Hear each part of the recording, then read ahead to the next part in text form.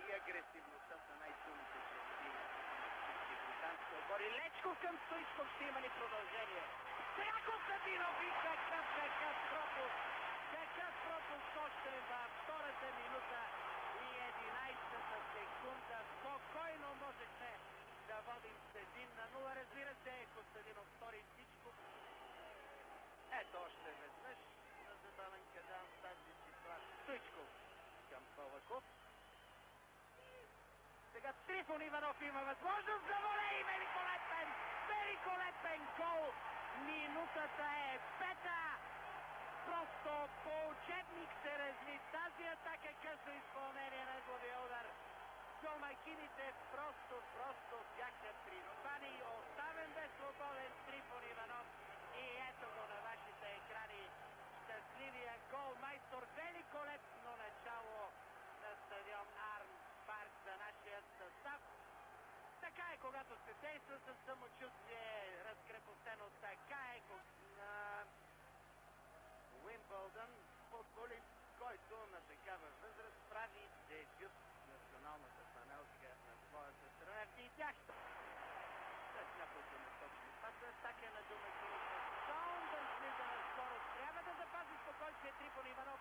Соундърс и що браво на Трифон, браво и на Боби Михайлов, на нашия централен защитник, за това, че макар и с огромни усилия успя да достигне до шпагат пред Соундърс, и на Боби Михайлов, за това, че сигурно полуви топката.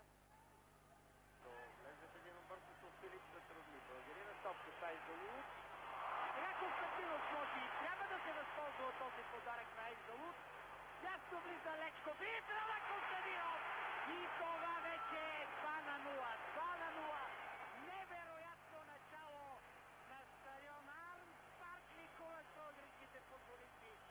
Сигурен съм, че в тази 16-та минута на матча и цяла България е на крака. Уважаеми приятели на футбола, 2-0 за България. Великолепно начало.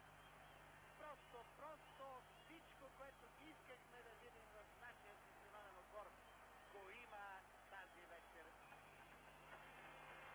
Балаковска с изпълнение не се получи. Филип Джонс. Той трябва да се грижи за нашия Стоичков. Сега има ли кой да се погрижи? Крезак е късмал. Казва пробития. Слаган Лечков.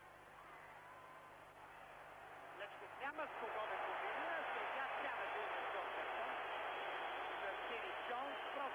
Просто брутално игра с номер 4, когато виждате, вече това е единоборство. Ето го този футболен терорист Филип Джонс. Вижте. Картината е... Той твърди, защо не се сетите за онези мачове, в които аз изразих най-силните нападатели. Можеше Стоичков след попаденията на Трифон Иванов и на Константинов. Сега ще донесе ли тази атака Пенев? С сетни усилия Калто спасява. И сега отново добри условия за контратака. Стоичков влиза на скорост и успях да бъде повален. Стоичков и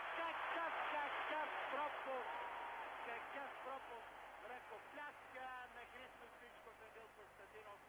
Можеше ясно гол да стане. Можеше Христо в тази 30-та минута да опита и силата на своя ляв крак. Реши Стоичков да комбинира. Не можем да му се съдим ето как преодоля Айзалут. Аз лично си мисля, че ако играта е отписано оръжие и зелен голмайстор, най-точният стрелец създава, така че нашето внимание към него трябва да бъде винаги повишено. Гарински вижда, че пряк свободен удар и засада. Сега няма засада. Право на Боби Михайлов.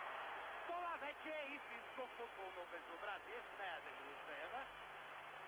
Нашите се опитаха да направят изкуствена засада от позицията, от която аз коментирам този мач.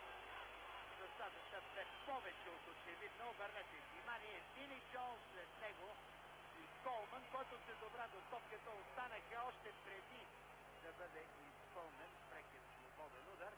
Да, отново. Повладя и сега може да покаже силата на своя спринт. Това трябва да стори Костадинов, който спечели добро пространство. Костадинов трябва да им прояви нерви. Трябва! Пенев Костадинов! Всъщност, след Ивайло Йорданов се включи. Ивайло, Кексton и Нилсон, неговите сънародници. Неприятно Трифон Иванов трябва да спре този набег. След него Кременлиев, атаката на домакините продължава. Пич центрира, трябва там нашите да скочат. И браво на Трифон Иванов, който гол линията, след като води Михайлов, нямаше как да се противопостави, но Ударов успя да изчисти в ъглов удар. Ето още веднъж атаката и изстрела на Фини Джонс. Достигна до обрат. Сега имаше засада, няма кой да я дигне и това е добре дошло за нас. Стоичков трябва и Господ да му помогне. Стоичков помогна му и ето до какво води футболния гений на българския играч с номер 8. На крака са тези 400 зрители по трибуните на Арус Парк. 28 000 да мъкнаха като в гор. Сигурен съм, че цяла България за пореден път през годината е на върха на футболното щастие. Минутата е 51-а и това трябва да бъде българския нокаут, нанесен срещу домакина Уелс. Обърнете внимание какво хладнокръвие. Само големият футболен майстор може да го си рискува. Кристос Боуин след левият защитник на Уелс на Сакуна. Сега има флаг за засада, получи се неприятен за нас авантаж. Вини Джонс, браво на Боли Михайлов.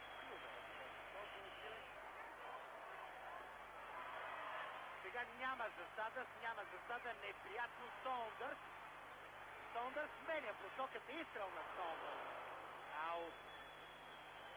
Емелиев получи се свободно пространство и сега няма засада.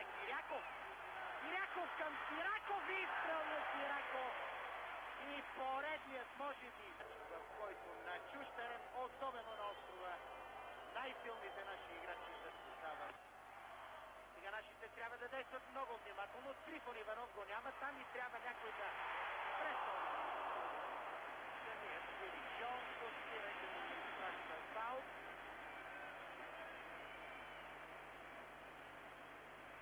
По-малко от 4 минути, разбира се, ако Шведа не реши, че трябва да се играе по гол за домакините.